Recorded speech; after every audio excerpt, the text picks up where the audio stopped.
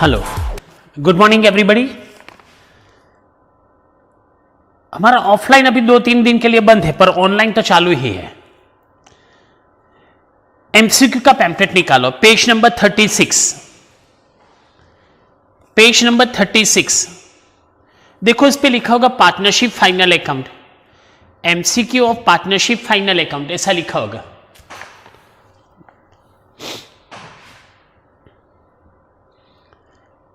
देखो, first MCQ बहुत ही अच्छा है। First MCQ, in trial balance of the firm carriage expense show debit balance of 4500। Trial balance में लिखा है 4500। In adjustment it is mention that 10% carriage expense is outstanding. What is the amount of outstanding carriage? Outstanding carriage कितना होगा? Carriage दिया है 4500 और 10% outstanding बोला है। देखो कितने रुपये से नहीं बोला है, तो अब इसमें हमें एजम्पशन करना पड़ेगा कि सपोज 100 रुपीज कैरेज है, टोटल कैरेज 100 रुपीज है, उसमें से 10 रुपीज आउटस्टैंडिंग है, लेस कर दिया, तो पेड कितना किया होगा? 90 रुपीज पेड किया है। इसका मतलब ऐसे हुआ, हमने पेड 90 रुपीज किया है, उसका मतलब ऐसे होता है। जो पेड 90 रुपीज है, पेड 90 रुपीज है, तो आउटस्टैंडिंग का पूछा है। आउटस्टैंडिंग कितना है? 10 rupees. So for 4500 what is the outstanding amount? 4500 into 10 divided by 90 is equal to 500 outstanding होगा। इससे अच्छा एमसीक्यू होता है ना, उसको ध्यान से देखना है आपको। 90% स्टूडेंट ऐसे बोलेंगे 4500 यानी 4500 का 10% 450 आंसर लिखेंगे, पर एक्चुअली ये वर्किंग इंपॉर्टेंट है। अब साइड पे लिखिए ये वर्किंग पैम्पलेट में 500 rupees. Everybody get my point? Next, second number का, where would you discuss the dead stock? Where would you disclose dead stock of 300 in final account which are given in trial balance? dead stock कहां पे लिखेंगे? तो balance sheet में asset side पे आएगा dead stock। Next, total of credit note. Credit note यानी इसका मतलब क्या हुआ? Credit note sales return. Total of credit note is undercast. Undercast એટલે ઓછું ગણેલું છે, undercast by 2000। What will be the accounting effect of this adjustment? ઓછું ગણ્યું છે એટલે मतलब શું? डेबिट કરવું પડશે, આપણે उसको डेबिट करना पड़ेगा। And to suspense account credit लिखेंगे, या तो ऐसा होगा डेटर्स अकाउंट। तो इसका इफेक्ट, करेक्ट इफेक्ट कौन सा होगा? हाँ बताइए। सेल्स रिटर्न है,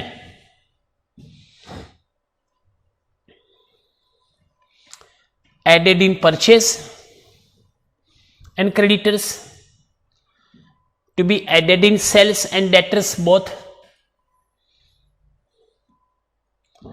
अंडरकास्ट है,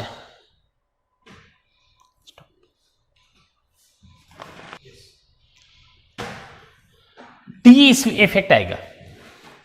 अंडरकास्ट किया है आपने, अंडरकास्ट यानी कम लिखा है। नेक्स्ट, तीसरे नंबर का, सॉरी चौथे नंबर का देखो। The cost price of the closing stock is 20,000, out of which market value of 10% stock is 20% less and market value of 20% stock is 10% more. What will be the value of closing stock? देखो 20,000 का closing stock है, उसके 3 part हो जाएंगे। पहला आपका बोला है 10% स्टॉक, इसका 10% स्टॉक यानी 2000 का, हाँ उसका वैल्यू कितना का हमें 20% लेस, इसका 20% यानी 400 लेस है, यानी ये 9,600 हुआ, sorry 1,600।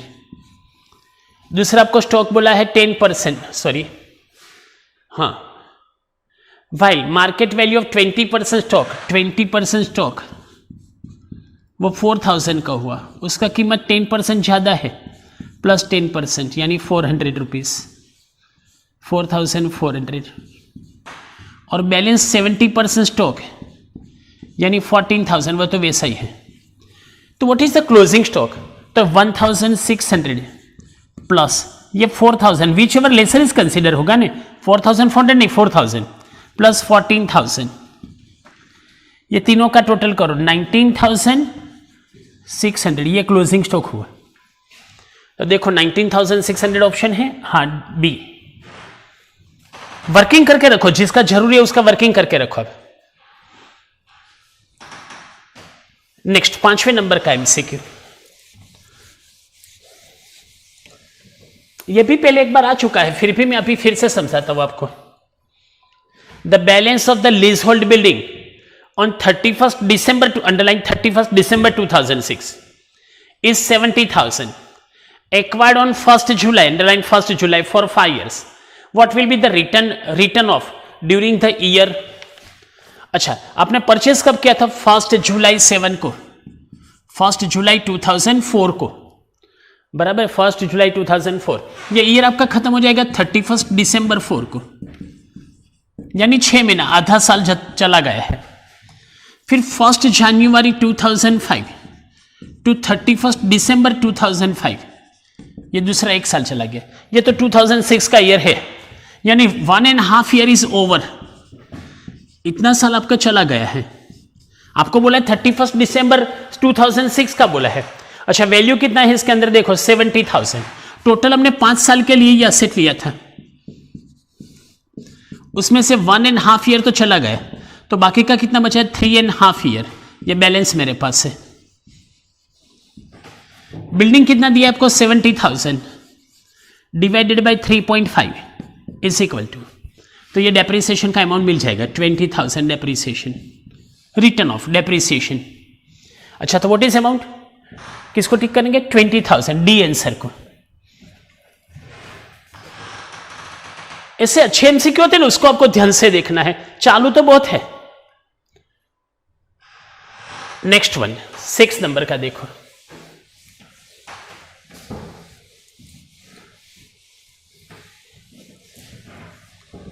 MCQ number 6. Where will you disclose the amount of depreciation on factory building, underline factory building, which are appear in the trial balance? देखो मैन्युफैक्चरिंग अकाउंट लिखा होता तो उसमें आ जाता है। अभी किस पे लिखेंगे? Debited to the profit, debited to the trading account. Actually ये मैन्युफैक्चरिंग अकाउंट में आएगा।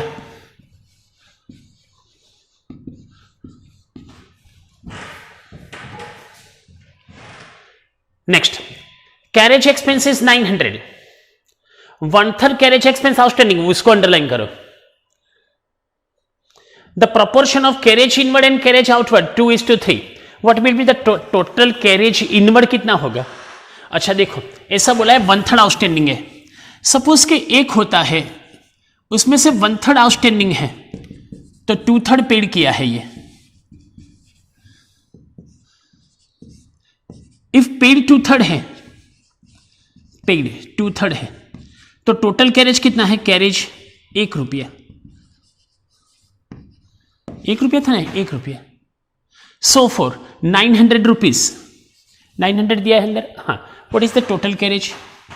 900 इंटू 1 इंटू, इसको उल्टा कर देंगे 3:3/2, हाँ, यानी कितना होगा? 1,350, ये टोटल कैरेज हुआ। हाँ, इसके 2 पार्ट हो जाएंगे, carriage inward and carriage outward. हाँ, उसका रेशियो बताओ कौन सा है?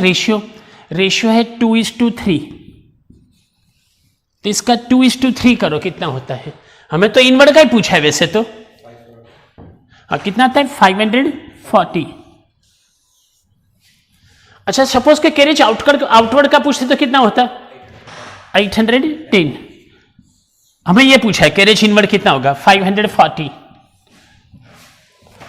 इससे अच्छे एमसीक्यू है ना, उसको ध्यान से देखो।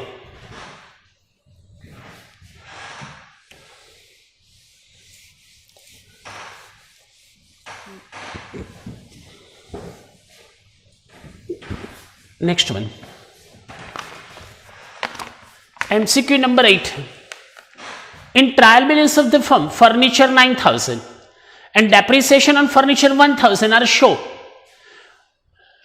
What will be the total amount of depreciation? Is depreciation rate increased by the 2%? अच्छा देखो, ये अच्छा एक पॉइंट ऐसे कि आपको फर्नीचर रिटर्न डाउन वैल्यू दिया है 9000, अच्छा इसके ऊपर 1000 डेप्रिसिएशन गिना है आपने ऑलरेडी, अच्छा तो एक्चुअली अमाउंट इसका कितना होगा 10,000 रुपीज। ओरिजिनल वैल्यू कितना होगा इसका 10,000, ये 9,000, 1000 डेप्रिसिएशन, तो कॉस्ट कितना आ गया, अच्छा 10,000 का 1000 डेप्रिसिएशन यानी रेट कितना हुआ 10%। अभी आपको इससे बोला डेप्रिसिएशन का रेट 2% इंक्रीज करना है, तो 10 + 2 यानी 12% गिनने का, 10,000 के ऊपर 12% गिनो, 1,200 डेप्रिसिएशन होगा, ऑप्शन 1,200 है। अच्छा कैलकुलेशन, हर एक मैंने एमसीक्यू आज मैं आपको समझा रहा हूं, सब अच्छे हैं ना, वही समझा रहा हूं, no time passing. Next, the accounting year of the firm ending on 31st March 2006, insurance premium 1,800 is paid for the year ended 30 June 2006. What will be the prepaid insurance? अच्छा देखो, कब तक का पेड किया insurance premium, paid up to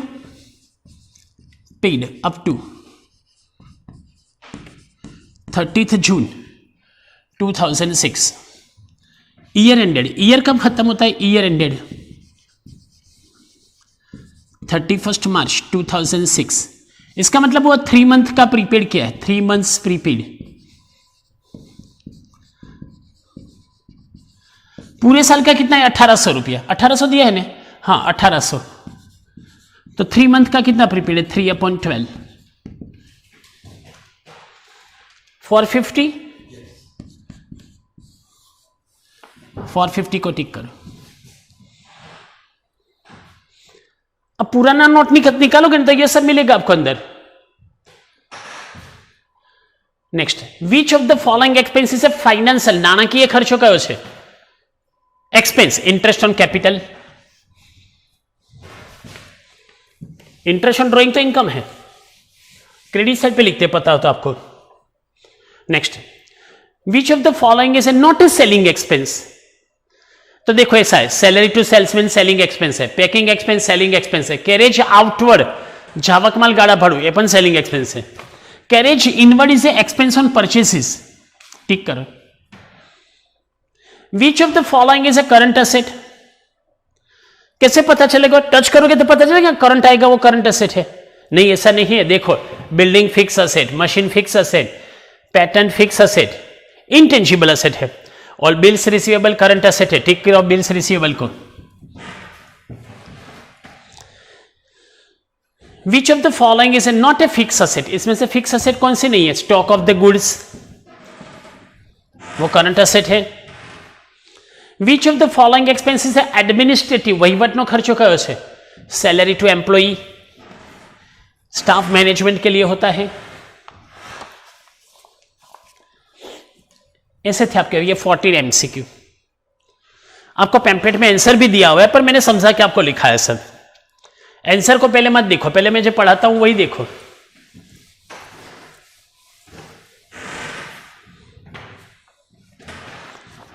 next, उसके नीचे देखो दूसरा असॉर्टेड एग्जाम्पल ऐसा लिखा है,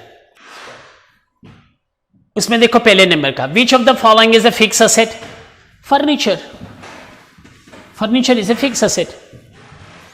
which of the following expense is a financial expense, इसमें से फाइनेंशियल है, interest on loan, interest on investment तो मेरा इनकम है।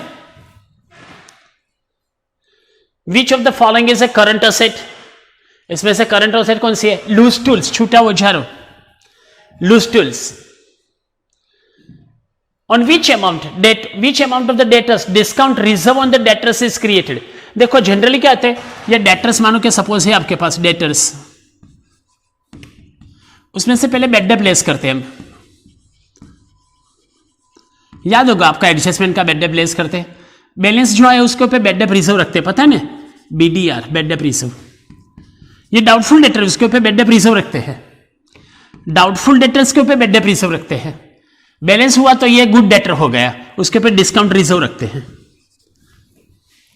डिस्काउंट रिजर्व किसके ऊपर रखना होता है, गुड डेटर्स के ऊपर, get it. Bad debt reserve किसके ऊपर होता है? डाउटफुल डेटर्स के लिए होता है।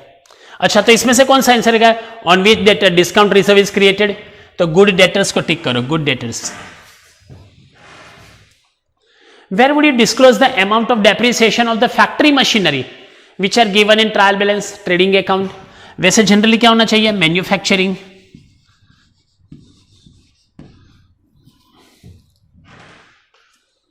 Next, where will you disclose the outstanding carriage given in the trial balance? Outstanding carriage नहीं चुकवेलू कैरेज, चुकाने का बाकी है, कहां लिखोगे? Liability side of the balance sheet. Which reserve created on the doubtful debtors? Doubtful debtors के ऊपर bad debt reserve, doubtful debtor के ऊपर बैड डेट रिजर्व होता है। नेक्स्ट,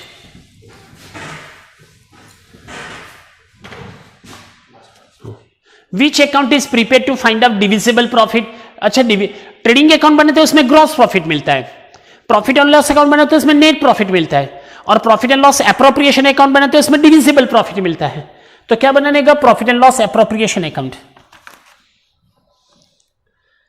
9 नंबर का देखो,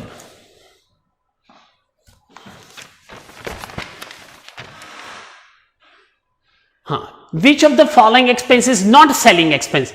इसमें से सेलिंग एक्सपेंस कौन सा नहीं है वो बोलना है आपको। सैलरी टू सेल्समैन वो सेलिंग एक्सपेंस है, डिस्काउंट अलाउड वो भी सेलिंग एक्सपेंस है, कैरेज ऑन सेल्स वो भी सेलिंग है, कैरेज ऑन परचेज टिक करो। Where will you show the credit balance of suspense account given in trial balance? अच्छा देखो, मैंने ऐसे बोला था, सस्पेंस अकाउंट का डेबिट बैलेंस हो ना, डेबिट बैलेंस तो असेट साइड पे आता है, और क्रेडिट बैलेंस हो तो बैलेंस शीट में लायबिलिटी साइड पे आएगा। तो देखो इसमें कहां पे आएगा? Capital and liability side of the balance sheet. ये पर्सनल अकाउंट है, वो भी पता है ना, it is a personal account, suspense account is a personal account. In trial balance of the firm shows salary 16,000. In adjustment, it is mentioned that 20% salary outstanding, underline 20% salary outstanding. What will be the total salary? Assumption करूंगा, देखो suppose 100 rupees salary है, इसमें बोला 20% outstanding. अच्छा, यानी मैंने paid कितना किया होगा? 80 रुपीज पेड किया है। अच्छा देखो, पेड मैंने 80 किया है, तो मेरा टोटल सैलरी कितना है? Total salary 100 rupees, so for 16,000, तो कितना होगा? 16,000 इंटू 100 डिवाइडेड बाई 80, तो टोटल सैलरी कितनी होगी? 20,000।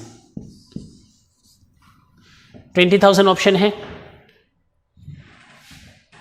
देखो अंदर है 20,000, हाँ है ना, D.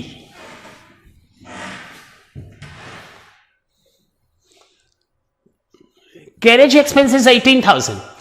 Proportion of carriage inward and carriage outward is 4:5. What is the carriage outward? 18,000 है, इसको 4:5 में डिस्ट्रीब्यूट करना है, 4:5, यानी 8,000 एंड 10,000। ये कैरेज इनवर्ड है, ये कैरेज आउटवर्ड। आपको क्या पूछा? आउटवर्ड का पूछा है। 10,000 लिखना है, सी।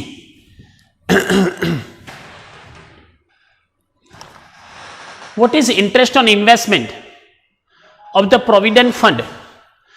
What is the interest on investment provident fund? तो वो लायबिलिटीज है मेरी, वो मेरा इनकम नहीं है। प्रोविडेंट फंड मेरी लायबिलिटीज है, तो वो भी लायबिलिटीज होगा।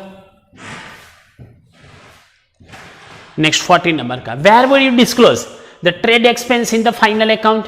Trade expense profit and loss account, trading account में नहीं, profit and loss account. At what price closing stock is valued? Cost price और market price, whichever lesser. ऐसा कोई है? हाँ, cost price and market price, whichever lower. B को टिक करो। 16 number का,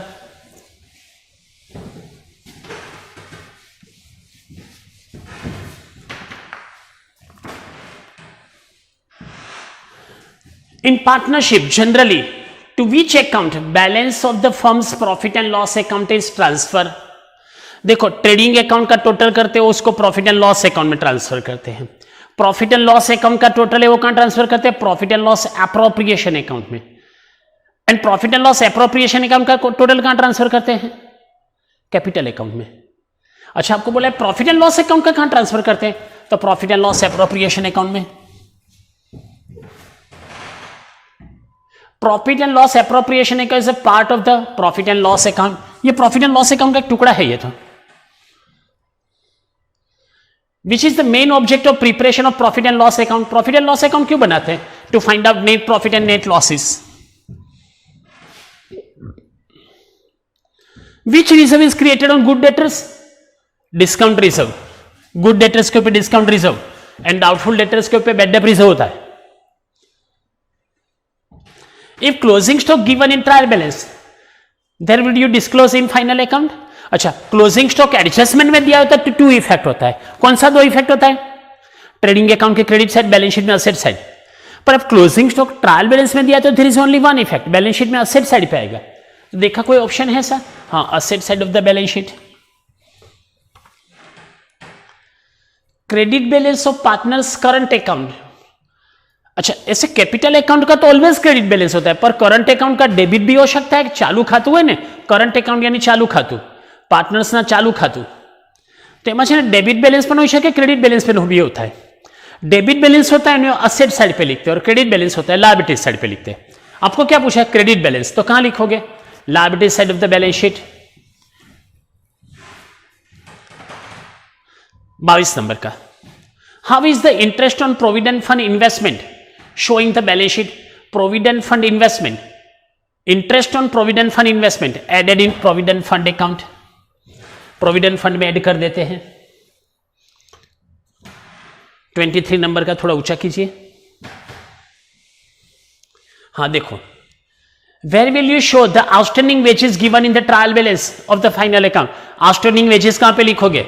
तो बैलेंस शीट में लायबिलिटी साइड पे आएगा, capital and liability side of the balance sheet. ये तो डायरेक्ट आंसर वाले सब है, इजीली सॉल्यूशन हो जाता है। वो पहले मैंने करवाया ना आउटस्टैंडिंग वाला, वो 10% आउटस्टैंडिंग, 10%, वो अच्छे थे। नेक्स्ट देखो, बस 24 नंबर का, where will you show the prepaid insurance premium given in the trial balance? Prepaid अगवથી ચૂકવેલું છે, અસેટ સાઇડ पे, asset side of the balance sheet. Credit balance of profit and loss account is a net profit. Debit side पे difference आता है पर भी कहते हैं उसको profit credit balance. Balance of drawing account of partner taken to capital account, partners capital account में ले जाते हैं। ड्रॉइंग कहां ले जाते हैं? पार्टनर्स कैपिटल अकाउंट में। In partnership firm dealing in the clothing business maximum number of partners है, तो देखो partnership minimum 2 persons and maximum कितना होता है? 10 पर्सन्स। बैंकिंग बिजनेस के लिए 10% और जनरल बिजनेस के लिए कितना होता है? 20। In partnership minimum 2% and maximum 20, but for banking finance business 10%। इसमें क्लोथिंग बोला है यानी 20% हो गए मैक्सिमम। टिक करो 20। When the total of credit side of the profit and loss appropriation account is more than the debit side, इसे no से credit side का टोटल ज्यादा है तो डिफरेंस आएगा, इसे डिविजिबल प्रॉफिट।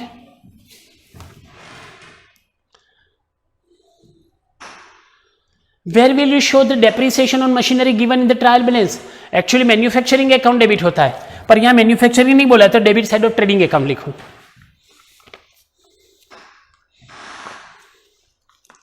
नहीं, एक मिनट, देखो क्या लिखा है, फिर से देखो क्या लिखा है। Where will you show the depreciation on machinery given in the trial balance? Depreciation on machinery debit side of profit and loss account आएगा। Depreciation on machinery, factory machinery बोला था तो वहां पे लिखता, खाली मशीनरी बोला है। ऐसे है आपके, आज मैंने आपको ऐसे 42, 43 एमसीक्यू करवाए। घर पे आपको क्या करना है? 2 बार रिपीट करो, और कुछ नहीं कर सको तो इतना तो करो ही आप। So your work become very easy, बराबर है। कल मैं फिर दूसरे एमसीक्यू सेंड करूंगा आपको। सी यू, एंजॉय एजुकेशन।